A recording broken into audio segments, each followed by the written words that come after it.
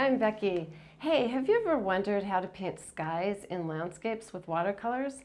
Well, there's so many things to think about. The clouds, the colors, the energy, the movement, the feeling, the mood. We're going to talk about all of that today.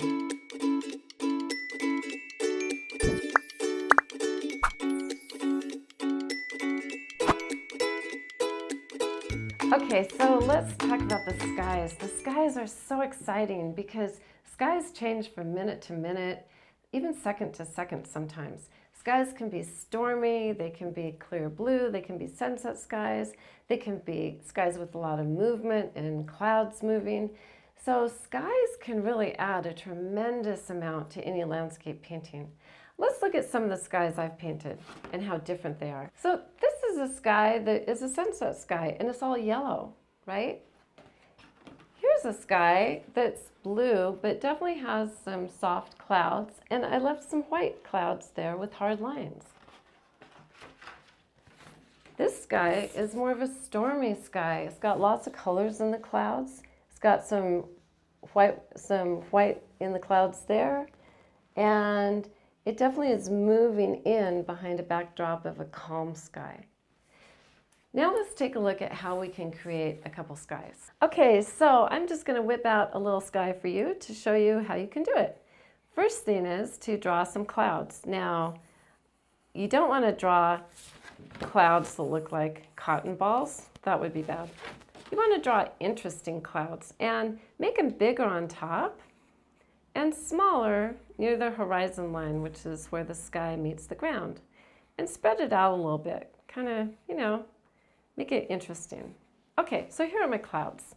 Now what I'm going to do is I'm going to dip my paint in just water, and I'm going to paint the big clouds with just water. I want to make them kind of fluffy. So I'm just painting those clouds again with water, just the big ones. And now what I'm going to do is I'm going to take some cobalt blue, which is kind of a colder blue, and I'm going to put that at the top of my sky and let it run into the water. I'm also going to leave little white spaces because that's fun for contrast. Saving your whites in a painting is always a really good thing to do. So I'm going to let the paint hit the water like this and just let it do its thing. That's where the water does half the work for me. Okay, now I'm going to start transitioning to a cerulean blue, because usually in skies, when you go outside and look at the sky, you'll see that the sky near the horizon line is more of a cerulean blue, a warmer blue. And I'm just going to paint around my clouds that I drew down below and save those whites. I'm not going to put paint there, and that will create hard lines. It won't create soft lines because there's no water. I'm almost done here. I'm going to fill out my painting here with some more paint and then take a look at it and see what I think needs possible adjustment. Okay, so now I've filled out my, whoopsie, I accidentally covered over that cloud, so I'm going to take a paper towel and lift some white there. All right, so here's my painting so far.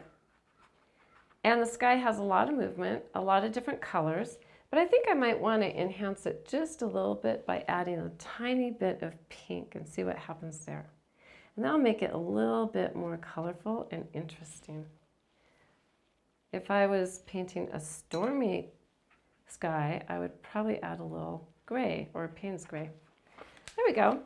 All right, so there's my sky. I whipped it out. Again, I started with water, and then I let paint come around the clouds. I left these clouds dry and put paint around those clouds so they're harder lines. And there's a point of contrast in the painting. You can see that there's a lot of stuff going on here. And if I really want to do some different things, I can take a paper towel and I can kind of lift some paint to add some more variation. And you can see what that does too, and that's kind of cool. All right, have fun painting your sky.